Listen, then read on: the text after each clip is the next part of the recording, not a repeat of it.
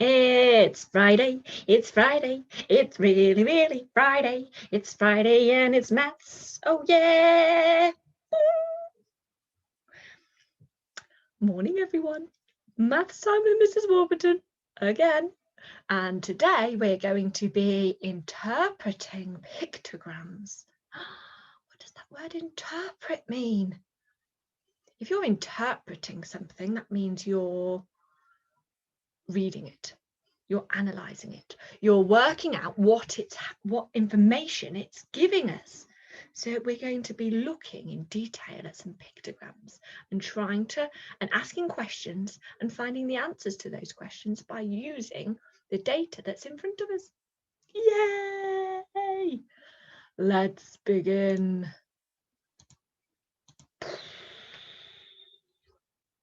Oh, hang on a minute. Where am I? From the beginning, please. Here we go. You see, there's that word, interpret.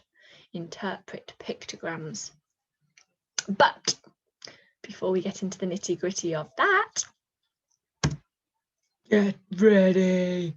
I've got a question to get the old grey matter working. Two questions, actually. Two questions to get the old grey matter working. I'm going to read them out for you and then pause me because I want you to have a good think as to what the answer might be. Question 1. If asked to find the difference, which representation would help you? If asked to find the difference, which representation would help you? A or B?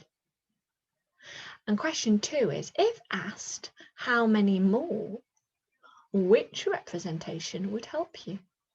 If asked how many more, which representation would help you? A or B? Pause me now and have a think.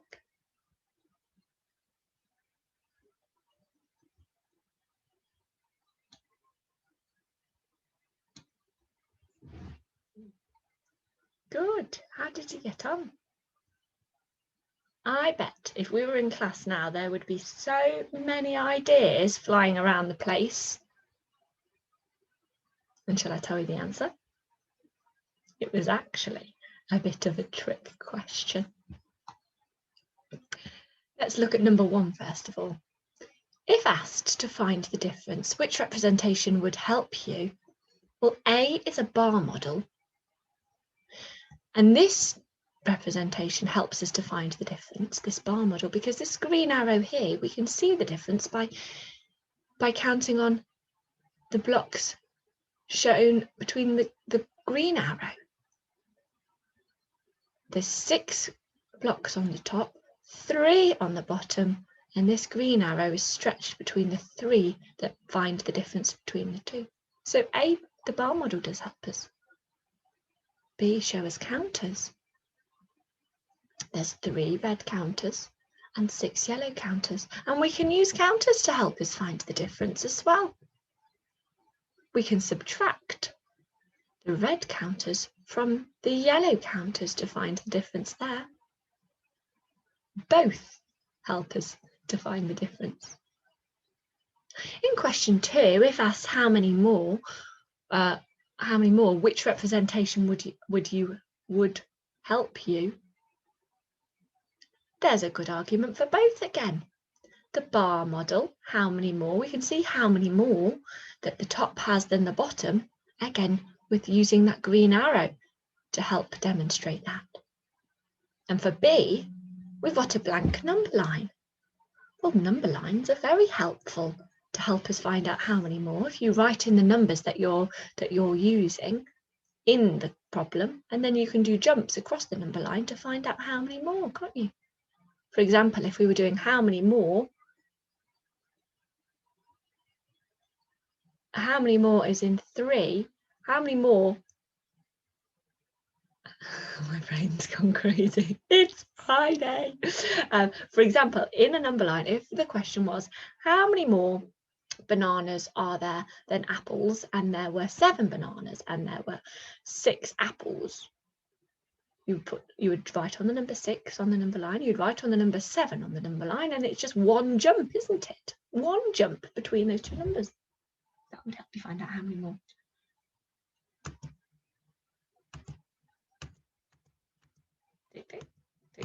I'm moving on because my brain's going crazy already. Let's learn. Pictograms. Here is a pictogram, and it's got some doggy pictures in, hasn't it, today? Let's look for the key before we do anything, because the key is so important for giving us information, isn't it? The key has got one doggy picture, and one doggy picture equals one dog. So one picture represents one unit.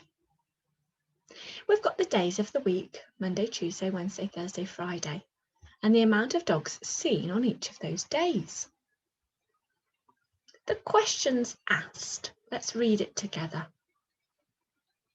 How many dogs were seen on Wednesday? And the other question is, how many dogs were seen on Thursday? Pause me for a minute and see if you can come up with the answer. Have a think.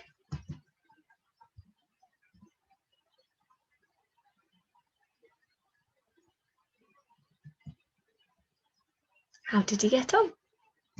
Let's have a look at Wednesday first. How many dogs were seen on Wednesday? Well, here's Wednesday on my table. And if I look along the row, I've got 1, 2, 3 dogs shown in that pictogram. Can you see?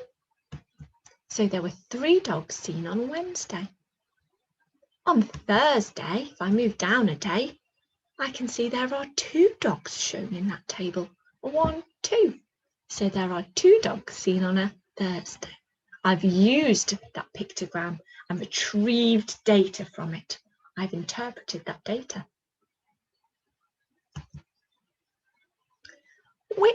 On which day were the fewest dogs seen?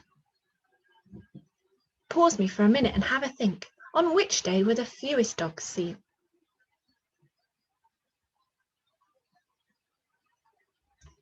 How did you get on? Tuesday.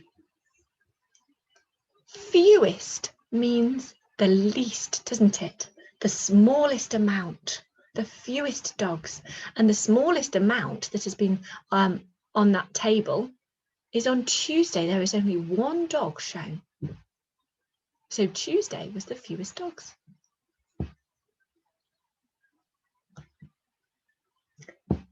Let's read this next question together. How many more dogs were seen on Wednesday than Tuesday? How many more dogs were seen on Wednesday than Tuesday? There's a few ways you could work this question out. Our little friend down here has suggested one of those ways. She says, I will subtract to find the difference. That's a good idea. And our other little friend down here says, I know an easier way to compare.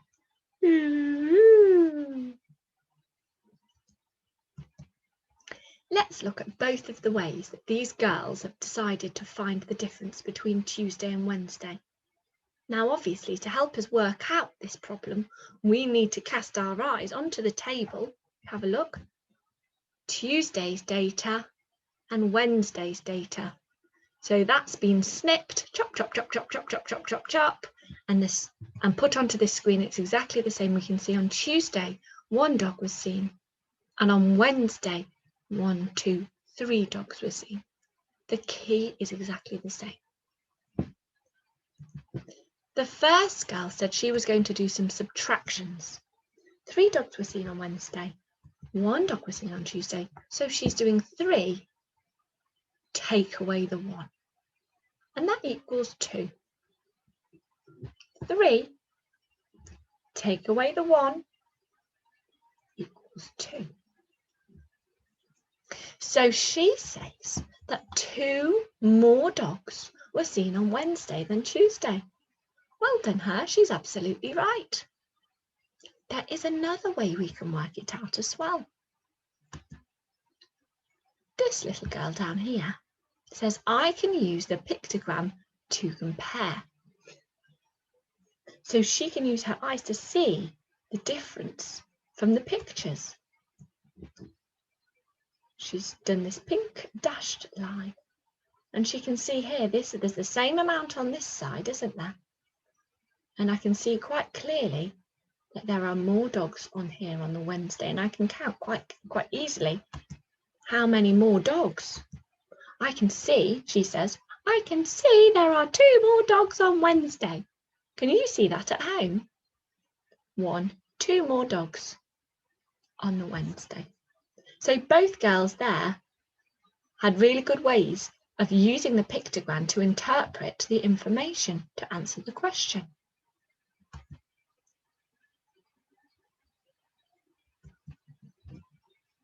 Here's a football question. There's a pictogram in front of us, and it's all about the amount of goals that have been scored. Now, there's 5 players in this game. There's Alex, Jack, Mo, Rosie and Whitney, and they're all out playing a good game. What does a ball mean? Well, let's look at the key. The key. 1 ball is 1 goal.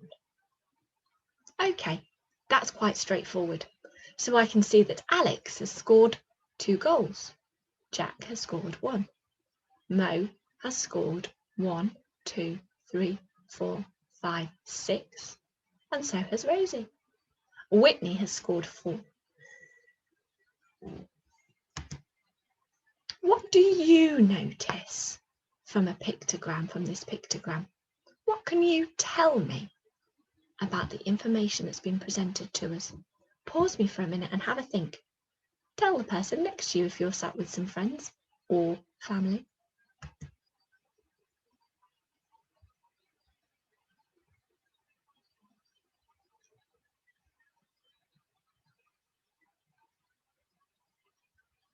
There are so many different things we could talk about from the information that's being given to us. And I'm sure you came up with lots of good ideas at home. Let's see what our friends who were playing the game said. I scored 6. That's the most goals. That must be Rosie. Hey, look, Rosie scored 6 goals. And she's right. That was the most goals scored in the game. Well done, Rosie. This little girl says Jack scored 1 goal. That's right. Jack did just score 1 goal. That's the least amount scored in the game, isn't it, children? Here it says, this little girl says, Mo scored 2 more goals than Whitney. Well, Whitney scored 4 and Mo scored 6. Can you see Mo scored 2 more than Whitney? So this little girl has been very clever because she's found the difference between Mo and Whitney, hasn't she? And we learned how to find the difference in the last slide. Well done, that little girl. Did anybody use the information to find out how many goals were scored all together? Is that something you talked about at home? How many goals were scored all together in that game? Well, here we go. This little boy here, he's worked it out that 19 goals were scored all together. So from one pictogram, you can interpret so much information, so they're a really useful way to show data.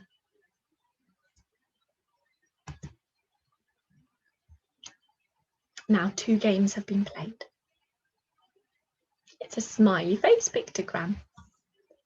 Let's work out what these smiley faces mean and look in the key area. The key, it says a smiley face is 1 point. Okay.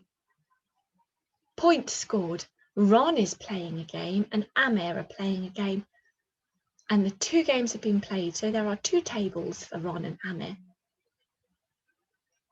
I want you to have a think about the 3 questions. What is the answer to these 3 questions using the information from interpreting the information in our pictogram tables? How many points did Ron score overall? Who scored the most points overall? In which game were most points scored? Have a think.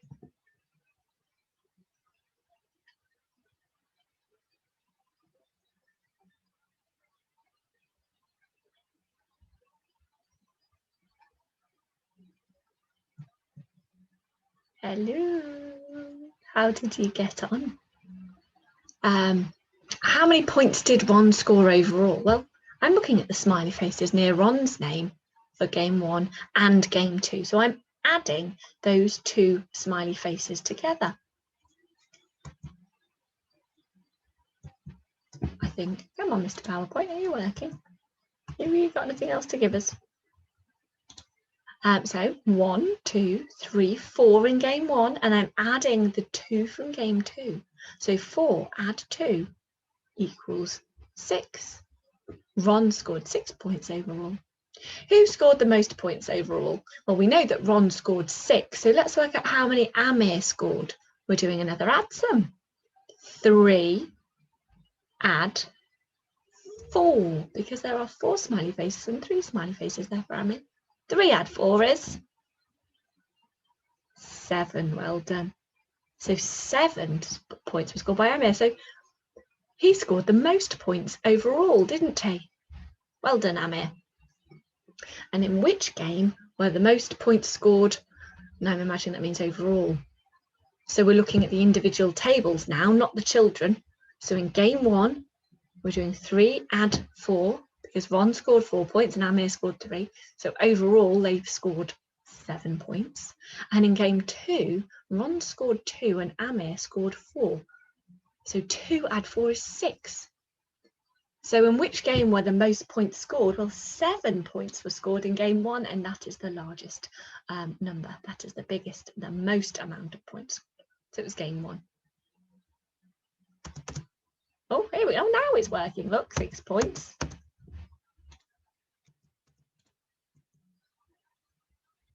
There we go. Right, your turn. Have a go at the questions on the worksheet. Read them carefully. And shall I see if I can get it up for you? Feeling daring, it's Friday. Let's go for it. You know what I'm like, trying to talk and use the PowerPoint, use the computers at the same time. It doesn't work very well with me. But I'm feeling brave. Right, share screen. Share. Can you see? Interpret. So you've got these questions to answer. Question 1, and there's A, B, and C. Question 2 is about a bug hunt. Brilliant. And you can answer the questions there for A and B. And then you've got question 3 about colours and painting. And question 4 about fruits. Plenty for you to be getting on with there. As always, my top tip for this, as independent learners in year 2, I want you to try really hard reading the information independently first. Have a go by yourself first. If you're still struggling, of course, ask for help. But have a go by yourself first, and then get somebody to help if you need to. Because that's just really good practice, because before you know it, it'll be the summertime, and then it'll be year 3. So it's a good skill to learn. Bye-bye, everybody. I hope you enjoyed our maths this week. I have. It's been a nice relief to get away from doing number work and dividing and multiplications and all of that, and looking at data instead. I know Mr. Richards likes data. He's good at data as well. Bye-bye. Have fun with your work, and don't forget to post it on Seesaw so Mrs. Ellaway can see all the wonderful things you've been doing. Have a lovely day, everybody. Bye.